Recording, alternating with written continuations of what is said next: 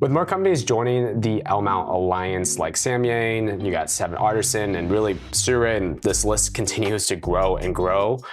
It's kind of making L-Mount more of an interesting brand and potentially buy-in purchase as a whole. Now, in today's conversation, I am going to be joined with a special guest who does talk more about budget cameras and filmmaking and kind of get his perspective of what these budget L-Mount lenses kind of is going to be doing for the landscape for specifically with Lumix cameras, but also just other L-Mount cameras in general, and what this means for people that are looking for more budget options and what's even currently out there. So joining me today is going to be Nigel. What's up? Nigel, you've been on my podcast now 3 times. We're in Oregon at your place in your studio filming the first podcast talking about the Lumix S9. Yeah. We did our virtual one talking about the G7 Mark II. Links in the descriptions for all of this. And now we are here in NAB 2025. Yeah. Talking about this. Yeah. Before we dive in, just a couple of warm-up questions to get this kind of conversation started. What is the coolest thing that you've been appreciating or love so far about NAB? If it's nothing, you can say nothing too. No, I mean, I like the fact that I can meet some of the people that I've been emailing with at all these booths, because I've been working with a lot of, different companies over the years, like Seven Artisans, Laowa, OC, and it's cool to like put a face to the name of the person that was like, emailing me and sending me stuff. So that's been really cool. It's also just cool, seeing other YouTubers. It's kind of, our buddy Thomas was talking about this too, where it's like, it's kind of a lonely job, like you kind of just start doing it by yourself most of the time, unless you're like, doing bigger projects. So it's cool seeing a bunch of people all in the same place. Yeah. No, I feel like NAB is like specifically like how you said, it's for, especially if you're a YouTuber or if you just want to meet like some of your own YouTube friends, it's definitely a place I feel like where it's really fun to like collaborate with other people in this sense, like doing videos like this in person, podcasting in person, but it's also just fun to be like, oh, you understand me. You understand what I'm going through. Yeah. You get what it's like dealing with clients and brands and all that. Yeah. So I think kind of just jumping right into this conversation, you have been thinking about making a purchase recently. What is that purchase and why have you been thinking about making it? Specifically with the S9 is what I'm talking about. Yeah. I thought you were talking about something else. It's like, well, Wow. I'm going to make your Lumix shooters mad. I've been thinking about doing a video on the S9 because when you first brought it to me, I thought that it was cool, but it kind of just seemed like a tourist camera for the most part. And it's just like, it's cool, but I would never buy one, especially not for that price point. But now in the used market where the S9 is a lot more affordable, and with the new update that it had with the firmware, it seems like a good sidearm camera to something like an S5 IIX. Right. So it makes a lot more sense. And, I've been watching more photography channels, pick it up and use that real-time LUT feature. And that kind of looks cool, even though I'm not a photographer myself. So like I could see myself getting use out of the S9. It also just seems easier to throw up on a gimbal because it is smaller. I mean, when you start rigging out these S5 IIXs and stuff like that, they can get a little bulky where it's like the S9 can just stay small, which I think, even though we've met some people who've been like rigging the S9 out too, which is cool. But I think the idea of the S9 staying small is where it needs to be. That's like the one camera for me. I mean, it's this angle right here, but that's the one camera for me that I feel like I just will never rig out the S9. It's just, I want this to be a handheld camera that is just small, it's compact. And now I would almost also say it's starting to become really, really affordable. I feel like with these, specifically with the S9 on the used market, you could be picking up this camera for like, what are you seeing this around? Like what, $900? Yeah, like 900 to $1,100 is like pretty common in the used market right now. Right. And I feel like for a camera these days, if you want something that has like really decent specs, also this is like shooting 6K, this is shooting, some of the best image stabilization with the real-time LUTs, like some of the best features from Lumix right now, and you're gonna get that for used $900. Yeah. I'm curious now, as we're walking NAB and we're walking the floors, and also just what's coming out with the L-Mount Alliance. Mm-hmm. I don't believe Mikey is part of it, but they're the most intriguing lenses for me right now. Have you heard anything on those lenses, anything about those? Not really. I haven't heard about, well, I mean, I want to say that Mikey, they make L mount autofocus lenses, don't they? Yeah. Like they have like a 75 mil that they were just emailing people about. So that's out on the market already, which is pretty sweet. Yeah. And there are other lens companies, like we talked to the people at Laowa, that like there's some potential there for some autofocus lenses. I don't know if we were allowed to say that or not. I don't know either, man. I'm not under an Yeah, NDA I for didn't sign them. an NDA, but that's the impression that I got from the people at Laowa, is that Yeah. like L mount is, Right now, it feels like the Leica landscape as a whole is finally opening up to way more lens manufacturers. And what that means is, sure, it's not Leica, sure, it's not Lumix, sure, it's not even Sigma, who I would say is typically the first party lenses. Technically, if they are part of the L Mount Alliance, they have to make that lens to, I believe, I could be totally wrong, but I'm pretty positive, they have to make that lens to a certain quality of a Leica standard to be a part of the L Mount Alliance. But I think the kicker here is with like Mikey, with Laowa, with TT Artisan, Seven Artisan, all of these lenses are a like fraction of the cost of what L mount glass has used to be, and now it's opening the doors to, like, I feel like budget filmmakers who can yeah. own a L mount camera that's super pretty affordable, I would say, Mm-hmm. and have like really fast autofocus, not as quick as the Lumix lenses. But what are kind of your thoughts about the L mount as a whole finally getting kind of these budget lenses, like for filmmakers who are more on a budget? Yeah, I definitely think that like my channel has always been like, okay, like what can we do with like the most budget friendly gear? And it's always been Micro Four Thirds for the most part, because like it's like the bodies are really cheap and the lenses on the used market are like insanely cheap. So like that's always been like the place that I would steer people towards. And if you want a really small condensed camera package, but if size and weight are not an issue and you just want like the best image quality you can get, it is a lot easier for me to recommend L mount to people, especially like the S5 II. Um, but it was always like, well, and then you're going to have to invest in lenses. And it was always kind of like hard to say like, yeah, you can buy like these manual focus, L mount lenses that you can get that are like $100. But it's like, if you're a brand new filmmaker and you've never pulled focus before, that's kind of a daunting task to like learn how to like start pulling focus by hand. And if they're trying to make stuff and just be in front of the camera doing like talking to headpieces, you can't just be using you know manual focus. It's the whole reason you would buy an S5 II in the first place, is to have that good phase detect autofocus. So now that there are companies like Mikey and Laowa who are going to potentially help fill out that budget end of lenses, I think that it's a lot easier to start recommending that to almost all my audience. Not that I'm like dissing on Micro Four Thirds. I still think that there's a place for Micro Four Thirds, but if you're just like, you have no camera and you want to get your first one, typically I would steer people towards the L mount, Yeah. by way of the Lumix S5 II.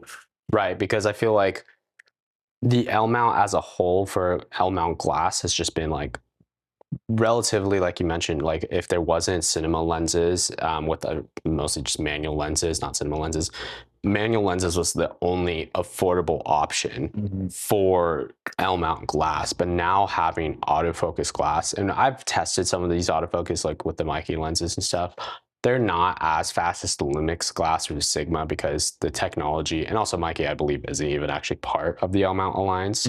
So, but regardless, you're able to get, I believe, like the 35, I want to say 55, and I believe 85 at an f1.8 for around $200, which is like, if we flash back, I think 2 years ago, I think that's like unheard of. Like if like, and that's been huge advantages for Micro Four Third cameras specifically. There's still the advantage of weight on lenses. In general, if you're a wildlife photographer, I still think and still would recommend a Micro Four Third camera. Or if you're hiking a lot, if you're hiking a lot, you want to tell a photo lens and you don't want something huge.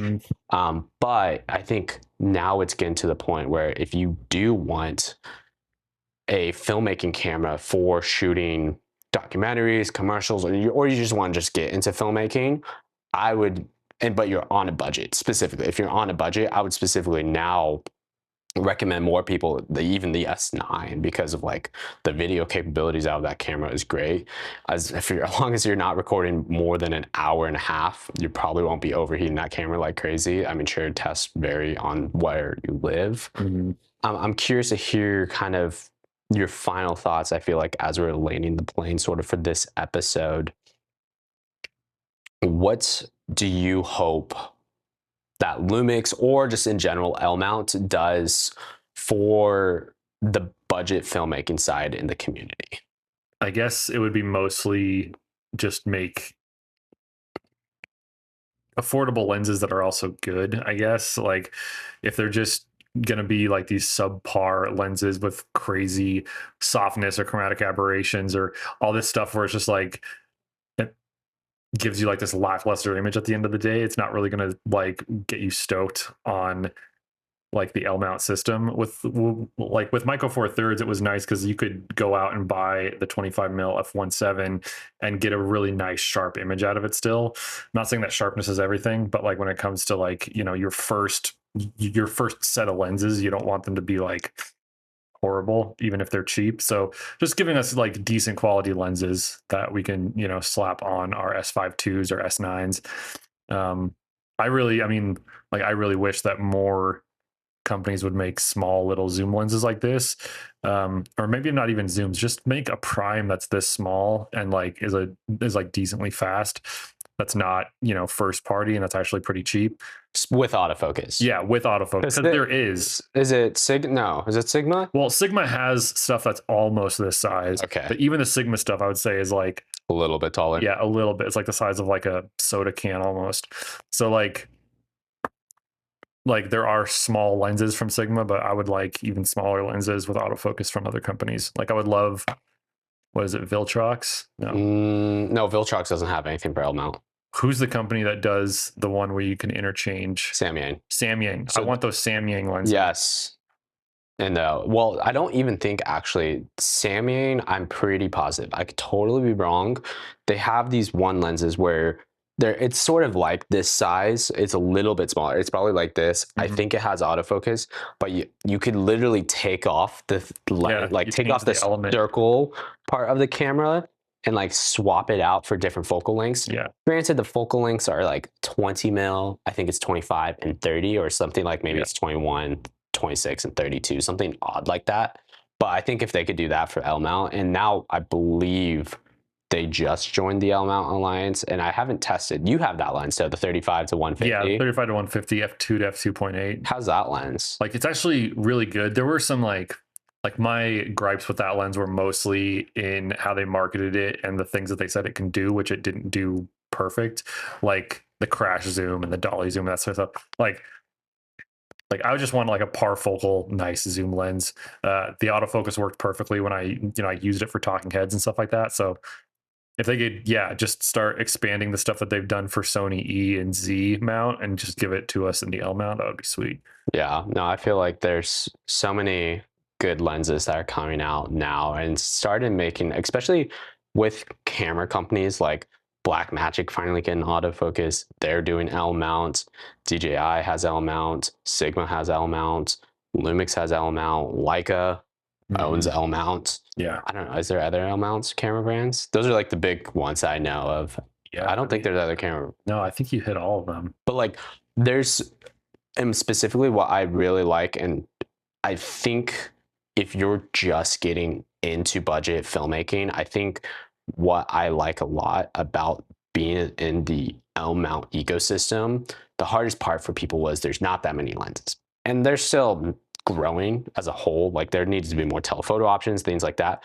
But I think the thing that people should think about going forward, if you're just starting off and like, what system should I get into? If you do get into Lumix, or if you get into like anything with L mount, it gives you a lot more options than any other camera brand does right now, or like mounts. Like if you get into Nikon, you're forced into just Nikon cameras, and then I think eventually like red cameras. But if you get into Lumix, you can like, all right, I'm starting off with an S9 with L mount, and then maybe I'm going to eventually want to get the S5 IIX, but now I want to go more box style camera. So I want to go to Blackmagic Pixis 6K or even the 12K. It gives you a lot more flexibility, or even like the DJI 4D chicken head camera. Mm-hmm. I feel like that's the one route. And of course you can still convert and do different things like that. But I feel like that's the one thing that people need to think about, is less about the camera body and more about all the glass you're going to buy over the years, because your glass will last longer than the camera body. Yeah. That's what like a lot of people say, like you should, invest in your lenses, because you're going to, constantly be changing your camera body. And like, there are still some lenses that I've had for like years and years that I can just throw up on basically any camera that I have. So yeah. Sweet. Well, before we get into kind of my final last question, I said we're landing the plane, but before we get into my final last question, where can people check you out? Where do you want to send all these lovely listeners of today's podcast? Where do you want to send all of them, Nigel? Well, I mean, if you want to check out my YouTube channel, it's just my name, Nigel Barros, and you can find me pretty easily on YouTube. And I'm there, and I'm like on Instagram, Nigel Barros as well. And want to see some of my other work, you can go to my website. It's just nigelbarros.com. Sweet. So my final question, that's so funny. You say your last name different every single time. It's great. Dude, I said Barros every single time, didn't I? Yeah, you do. But like, you did say it that time, but it's like, it's actually Barros. Yeah. Let's own it. Oh man, yeah. I totally get it for that. So my last and final question for you today is going to be sort of a tease on our last podcast conversation. Just briefly, what do you want for Lumix to make? And maybe it is just the S9, but for budget filmmaker, for the next like Lumix camera being a full frame, or maybe that would be an S9 Mark II, just to kind of tease our last episode, because in our last conversation, what we talked about was the G7 Mark II, and then I think, if I remember, it's been a while, about like a budget full frame camera. So just a tease, so people want to listen to another conversation that kind of relates to this last question, they can go listen to that afterwards. Sure. Yeah. I mean, it's weird because like in like the Micro Four Thirds realm, we have like different like, like levels, or different like, I guess we have different types of cameras. Like you have like the range finder style cameras, like the GX series, and then you have like the consumer end G series, and then you have the higher end G series with the G9, and then you have like the Pro series basically with the GH line. And with the Lumix, you do have like the resolution, the hybrid, and you have like the S5. But I almost feel like there might even be like another like spot that something maybe in between an S9 and an S5 IIX could fit in, and maybe that's just an S9 with a viewfinder. But for cheaper, which that probably won't happen. But I mean, I do think that like the S9 is a pretty good place to start. If I was gonna ask for something more, I would just ask for like, I mean, really, I would ask for an S9 with a fan, but then that, makes it potentially more attractive than something like the S5 IIX for a lot of people that aren't rigging their camera up. So maybe that's their next camera, is just putting a fan in the S9. It's just literally S5 IIX. Yeah. But no viewfinder. That's the catch. No viewfinder. Some people don't need it. That's true. Yeah. Well, awesome. Well, thanks, man, for joining me in today's podcast. Yeah, man. Thanks for having me on again. It's fun. I know. It's great. And it's live. Yeah. Sweet. Yeah, Matt's been doing all the switching. I know. Look at this. 1, 2, and 3. And if you guys are interested in hearing the last conversation between Nigel and I talking about what Lumix should make with their budget line of cameras, you can check out that video right there. YouTube recommends me, I like this video right here. Until the next one, guys. Peace.